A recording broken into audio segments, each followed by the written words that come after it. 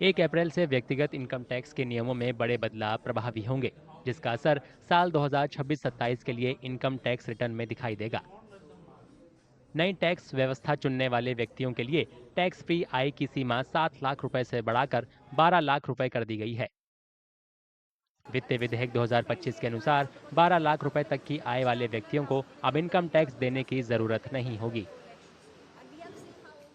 Biggest bonanza which the finance minister has given in this budget is increasing the threshold limit up to rupees 12 lakhs.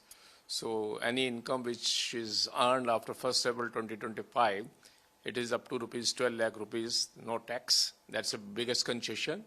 And then the rate restructuring which has been done up to 4 lakh rupees, no tax, 4 to 8, 5%, 8 to 12, 10%, and then 15%. And this is going to be effective from 1st April 2025. पहले नई व्यवस्था के तहत 12 लाख रुपए की income वाले व्यक्तियों को 80,000 रुपए टैक्स देना पड़ता था। अब वेतनभोगी व्यक्तियों को भी 75,000 रुपए की मानक कटौती मिलेगी, जिससे वित्त वर्ष 2025-26 के लिए टैक्स फ्री इनकम सीमा प्रभावी रूप से 12,75,000 रुपए हो जाएगी।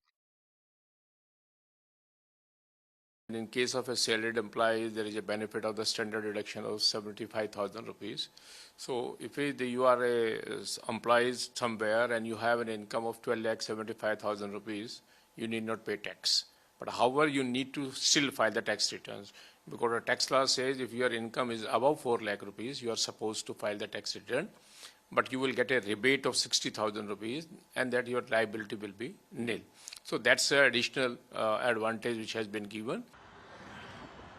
इसके अलावा वित्त विधेयक 2025 ने संपत्ति किराए पर टीडीएस छूट सीमा को आसान बनाते हुए इसे 2,40,000 रुपए से बढ़ाकर 6 लाख रुपए सालाना कर दिया है, जो 1 अप्रैल से प्रभावी होगा। Now there is a change in the law which says in case the payment is more than 50,000 rupees per month, then you need to deduct tax, and if it is less than 50,000 rupees, you need not deduct tax. So one way, if I look at 50,000 per month, it becomes 6 lakh rupees. So up to 6 lakh rupees, I need not deduct. But one need to be very careful that there should not be any month where the tax rent payable is more than 50,000 rupees. Rajya Sabha ने 27 मार्च को वित्त विधेयक 2025 को 35 सरकारी संशोधनों के साथ लोकसभा को लौटा दिया, जिसमें ऑनलाइन विज्ञापनों पर 6% डिजिटल टैक्स को खत्म करना भी शामिल है। इसके साथ ही 2025-26 का बजट सेशन खत्म हो गया, जो 1 फरवरी से शुरू हुआ था। लोकसभा ने 25 मार्च को वित्त विधेयक पारित किया था।